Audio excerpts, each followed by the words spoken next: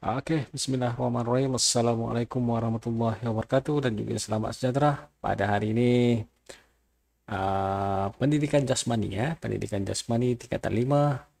Kita akan belajar mengenai bully cyber. Oke, hari ini adalah bully cyber iaitu tajuk di bawah tajuk keselamatan.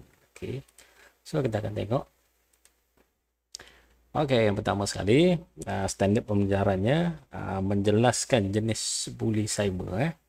Menjelaskan jenis bully cyber.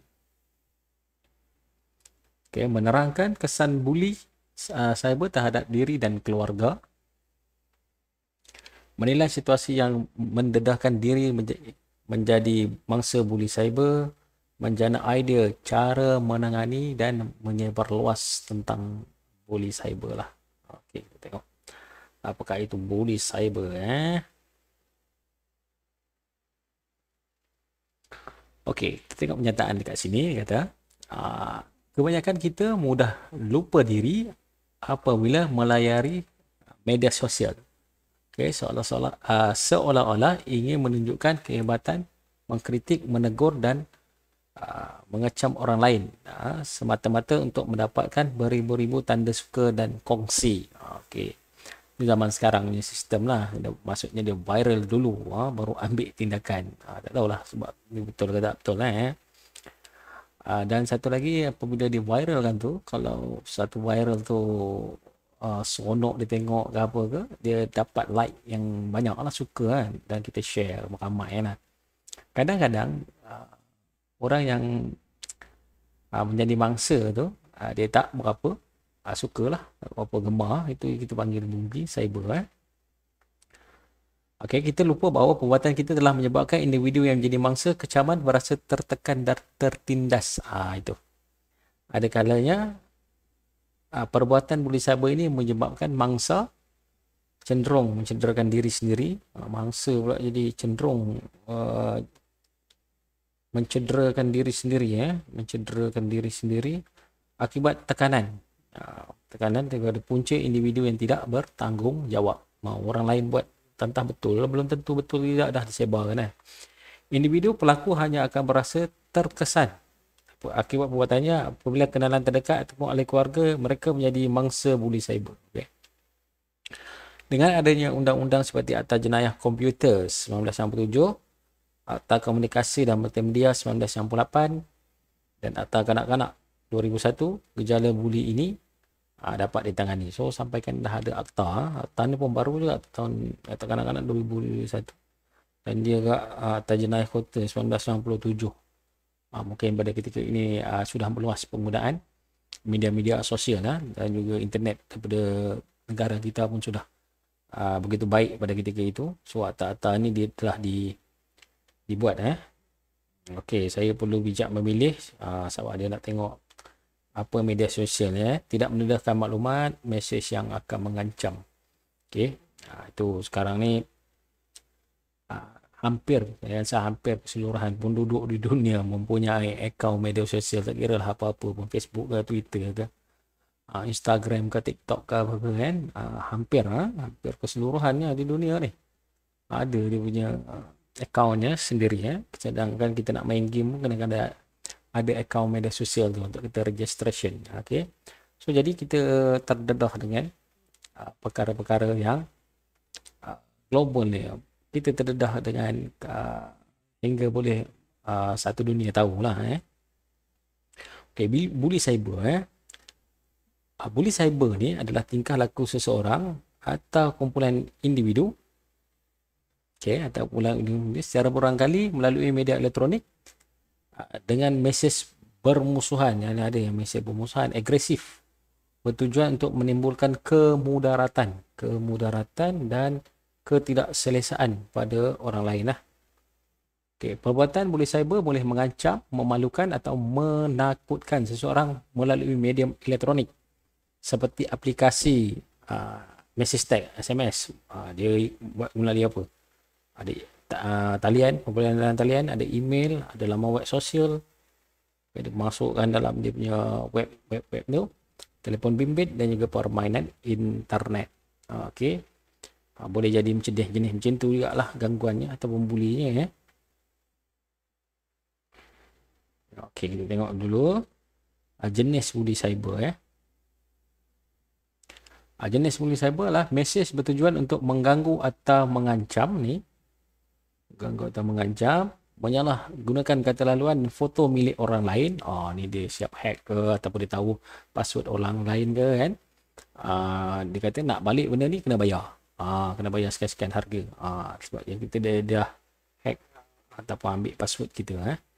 Menyebarkan foto, video dan memanjangkan email kepada orang lain ni disebarkan. Kadang-kadang ada orang tu pakai macam menjolok mata ke seksi-seksi sikit ke kan. Jadi dia ambil gambar tu sebar-sebar kan. Jadi malu lah orang tu. Padahal dia kongsi untuk peribadi, tapi bila dah masuk dalam media sosial ni dia tak ada peribadi lah. Dia untuk tatapan umum je lah tu. Memuat naik komen atau gambar tidak sopan terhadap orang lain. Okey, komen yang melampau lah. Kadang komen hujah mana ada okey, jenis macam itulah. Memulaukan individu dalam suatu kumpulan internet dengan sengaja. Okey. Memulau individu dalam satu kumpulan internet dengan sengaja. Ini macamnya remove-nya tak nak kawan ataupun alamak dia dah tak masuk dalam kumpulan tu. Terasa lah kawan tu Okey, tengok kesan dia Kesan buli cyber. Kita akan tengok kesan buli mangsa menjadi resah, rasa diri tak berguna, kemurungan serta marah dan rasa dihina. Untuk diri sendirilah. Akibat kemurungan, mangsa akan ponting sekolah kerana malu. Perkara ini menyebabkan pelajaran merosot. Malulah kalau budak kalau kata 5 kan, buat perkara-perkara yang tak elok ke apa, dia dah berjoget-joget disebar luaskan oleh kawan-kawan, dia jadi malu, tak nak datang sekolah langsung. Okay. Dalam kes tertentu, mangsa tidak dapat menghadapi tekanan dan mengambil jalan sikat untuk merisikokan diri. Okay. Tengoklah apa yang nak dibuatnya. Jangan sampai bunuh diri, sudahlah. Okey, keluarga pula. Keluarga akan merasa malu untuk berhadapan dengan masyarakat sekeliling apabila foto, video dan email yang melibatkan ahli keluarganya tersebar luas. Malulah keluarganya, kata tak pandai jaga anak ke apa ke kan. Maklumlah mulut-mulut orang sekarang ni kan. Tapi sekarang bukan mulut, sekarang ni komen-komen. Tu aduh, dia makan dalam juga komen-komen jenis-jenis ni Dulu orang kata makcik-makcik bawang, makcik-makcik bawang sembang-sembang, sekarang tak ada dah, tak boleh pakai media sosial, type.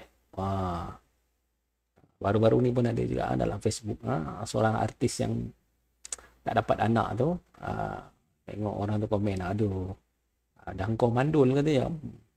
Kawan dah berusaha tak boleh cakap tu, itu memang fire. Dia memang tembak tu kata bahaya tu. Artis tu buat laporan polis. Ahli keluarga akan merasa tertekan apabila masyarakat dengan sewenang-wenangnya menjatuhkan hukuman terlebih dahulu tanpa mengetahui cerita sebenar. Dah marah-marah, siap pukul ke apa ke, rupanya bukan. Cerita sebenar tak tahu lagi. Rupanya kawan dia yang sebarkan, dia tak sedar. Jadi macam tu. Terdapat ibu bapa yang menyalahkan anak mereka yang menjadi mangsa buli cyber. Kadang-kadang dia dibuli. Bukan dia nak buat kan. Kadang kawan dia paksa. Dia ataupun dia tak sebarkan, kawan dia sebarkan, macam tu. Okey, kita tengok apa dikeluarkan. Tahukah anda satu tindawan yang dikeluarkan oleh UNICEF dan Setiausaha Agung Wakil khas PBB mengenai keganasan terhadap 170,000 kanak-kanak 13 hingga 24 tahun di 30 negara telah mendedahkan. Satu daripada 3 golongan muda telah menjadi mangsa buli cyber. Satu daripada 3.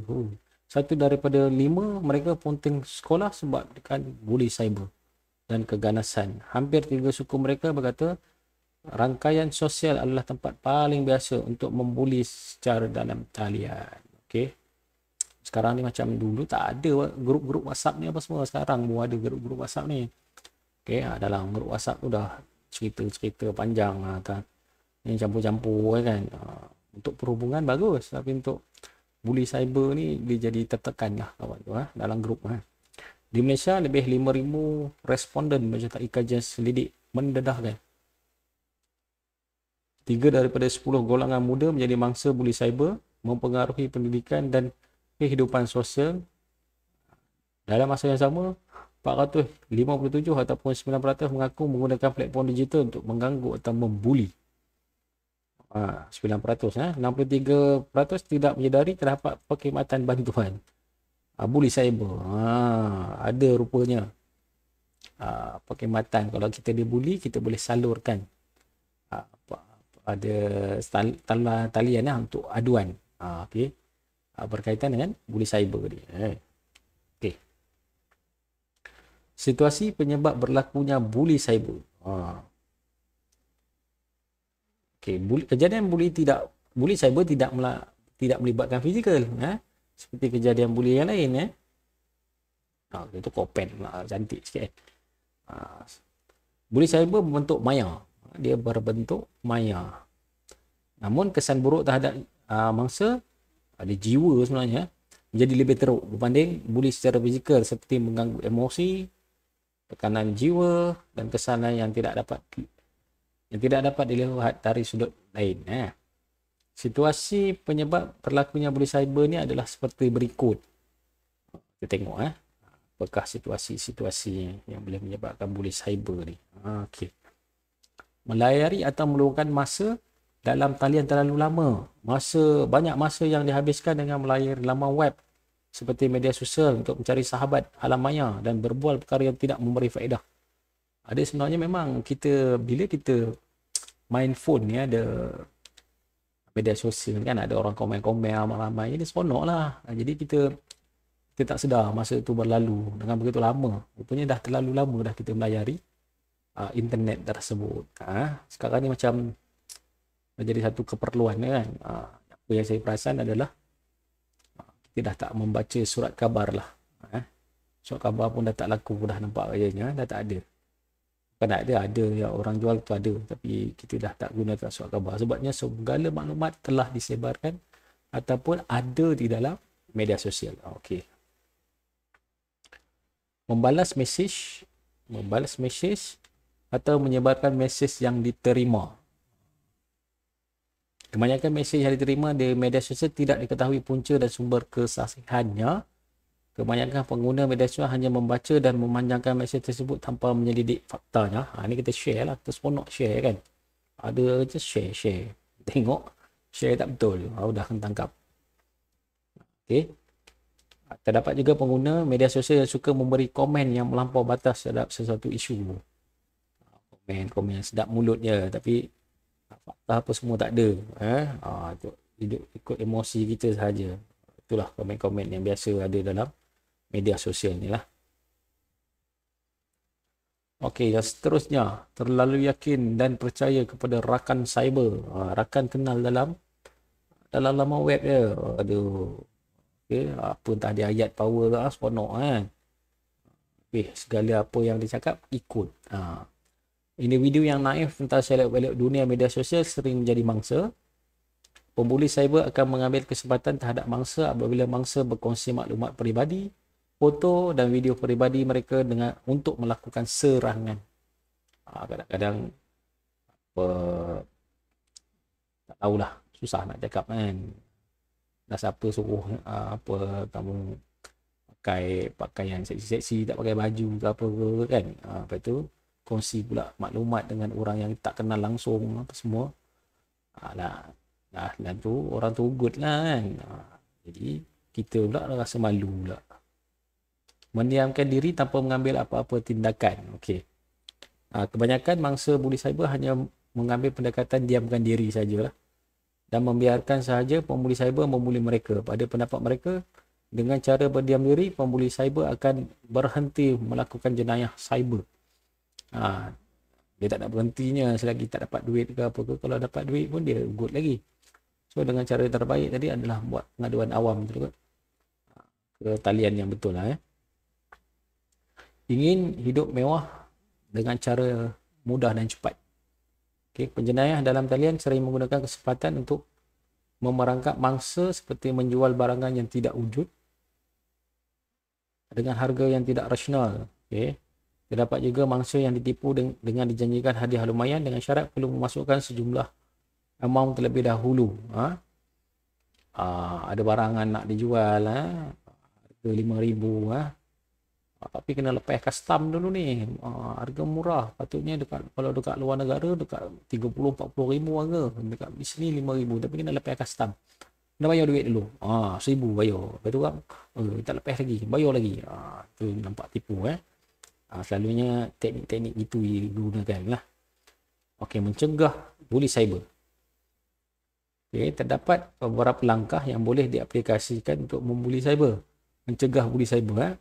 Ibu bapa, adik-beradik dan guru dapat membimbing remaja mengaplikasikan langkah ini bagi mengelakkan remaja atau mangsa atau pemangsa buli cyber ini. Langkah untuk mencegah buli cyber ialah amalkan keselamatan internet, tidak mendedahkan sebarang maklumat peribadi kepada pihak ketiga. Janganlah kongsilah kongsi password, makwa-pakwa kongsi password kan ada. Tidak berkongsi apa-apa butiran peribadi di laman sesawak. Sekarang ni sangat susah sikit kerana butiran-butiran peribadi pemilik akaun tu dia nak kan, nak telefon, nak birthday apa semua kan. Jadi kita bagilah, susah sikit kan. Tidak berkongsi lokasi peribadi di laman sosial. Okay, takut orang tu datang rumah kan. Ataupun kalau yang ni kita kongsikan, kalau kita pergi Cameron Highland ke apa ke, bercuti, kita tengok orang tu datang rumah kosong, kita dah masuk dalam media sosial rumah kita bercuti. Kadang-kadang macam itulah jenayah. Tidak terlibat dengan jenayah cyber. Memastikan maklumat yang diterima betul sebelum disebarkan. Menghantar atau memanjangkan mesej yang berbau hasutan dan ancaman adalah menyalahi undang-undang. Okay. Tidak menghantar mesej dan visual yang boleh ditafsirkan oleh orang lain dan menjanjikan seseorang itu mangsa dan menjadikan seseorang itu mangsa. Janganlah orang buat kita buat orang tak elok, nanti orang buat kita tak elok lah. Macam itulah. Okey, penggunaan internet yang berhemah. Ibu bapa mendidik anak-anak tentang keselamatan internet dan etika melayari internet. Okey, anak-anak ni kita perlu kawal lah. Jangan terlalu lama. Nanti kalau anak-anak ni muda, dia takut rosak mata. Ataupun dia terpengaruh dengan lama-lama web ucah lah yang tak faedah lah. Berpesan kepada anak supaya tidak terlibat dengan jenayah buli cyber yang boleh memburukkan nama keluarga. Berpesan kepada anak supaya tidak berkongsi gambar dan video yang kurang sopan. Kita bagi nasihat kepada anak-anak, siap-siap lah. Okay. Supaya dia tahu jangan dikongsinya gambar-gambar apa semua dekat media sosial. Okay, itu saja untuk tajuk keselamatan pada hari ini, iaitu buli cyber. Kita akan jumpa pada kelas kita yang akan datang. Okay, lama lagi PDPR. Kita boleh jumpa dalam bentuk inilah. Okay, bentuk link YouTube nanti. Okay, itu saja dari saya. Sekian, terima kasih. Assalamualaikum warahmatullahi wabarakatuh. Selamat sejahtera.